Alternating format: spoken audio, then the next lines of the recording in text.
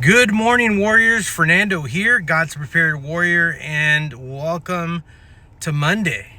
And you might be saying, Fernando, you're not in work clothes. Nope, I am off today. Thank the Lord for that. Doing some planting. I'm going to be taking some pictures here in a little bit of some stuff that I'm working on and posting those here on the YouTube channel and on the Facebook channel, so you guys can check that out.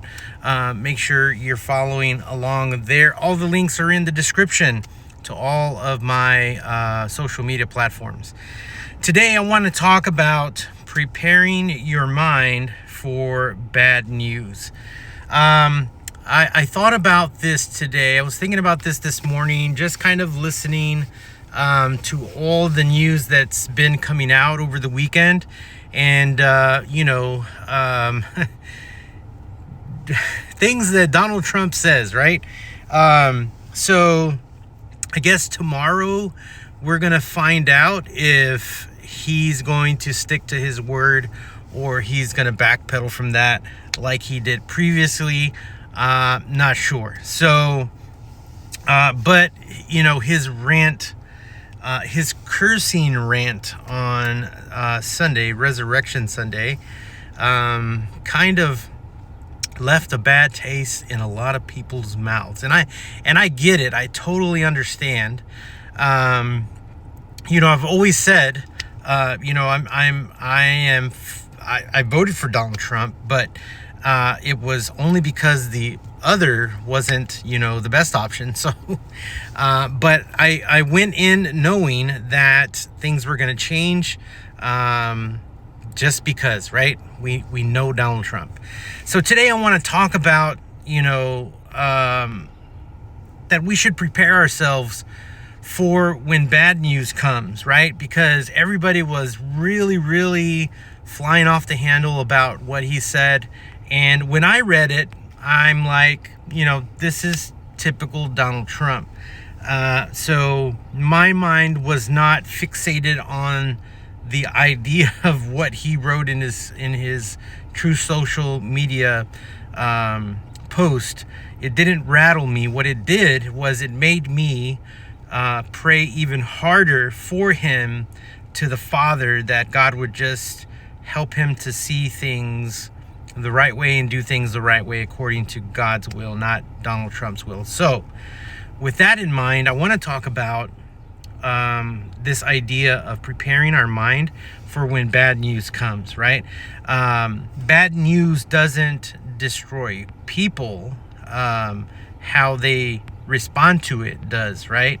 The reality here is that most people don't fall apart because of the situation, right? They fall apart because they were never prepared to hear it, right? A phone call, a headline, a moment that you just didn't expect, right? And suddenly fear, panic, confusion kind of take over, right? Not because it's the end, but because the mind was never trained to stand, right? And so why does this matter? In the days that we're living in, right, bad news is not just it's not a possibility, it's a certainty, right? The question is not if you're going to face it, whatever that thing is, right? It's who you will be when that thing comes, right? Will you panic? Will you freeze? Will you react emotionally? That's the question, right? Or will you respond? Will you stand firm, think clearly, and, respond with wisdom? Will you do it that way, right? Because a prepared warrior, we know this, because a prepared warrior understands that your first battle is not out there, it's in the mind, right? So how do we train our mind? How do we do that now, right? You don't wait for the pressure to train. You don't wait for the situation. You actually train before it ever comes, right? You have to control your first reaction. When you hear bad news, It's a good thing to pause, right? To stop, to take in what is happening. Then there should be a time to breathe, right? There should be a time that we don't speak immediately, right? Your first reaction sets the direction for everything that follows, right? I think the next thing is that we should refuse emotional control, right? Feelings are real, but they are not your leader, right? Fear will try to take over. Panic will try to rush you, right? But a prepared warrior does not react. He responds with discipline. I think the third thing is that we should always be anchored in truth, right? In uncertain moments, your mind will search for stability. If it's not grounded in truth, you will drift, right? That's why you don't wait until the crisis to build your foundation. You build that foundation now, right? And then here's the core thing. We need to have spiritual readiness, right? Your strength to handle the bad news doesn't come from you. I want you to get that. Let me say that again, because I want this to really ring true. Your strength to handle the bad news doesn't come from you. It comes from God.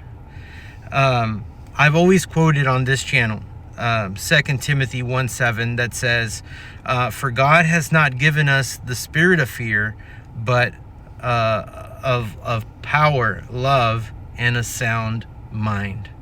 A sound mind is trained. It is steady. It is anchored in the truth that we find in God's word. It is not shaken by every report. It's not. The book of Isaiah, right? Isaiah 26:3, it says, you will keep him in perfect peace whose mind is stayed on you. You see, peace is not found in circumstances. It is found in where your mind is fixed. So how do we do training for this? What should we be doing today? Number one, should step away from constant negative input for a few hours. Take some time to take a break, right? Spend time in God's word, because God's word is way better than the news flash of the day, right? Practice pausing before reacting to anything stressful, right? I think that's important. Mentally walk through how you would respond to difficult news. This is why I always say, whenever I see a news article of something happening elsewhere, right, I always take that information in and I say, Fernando, how would you react to that? I'm always training my mind, right? And so we need to train our mind to be calm. We need to train it to be clear. We need to train our mind to be controlled.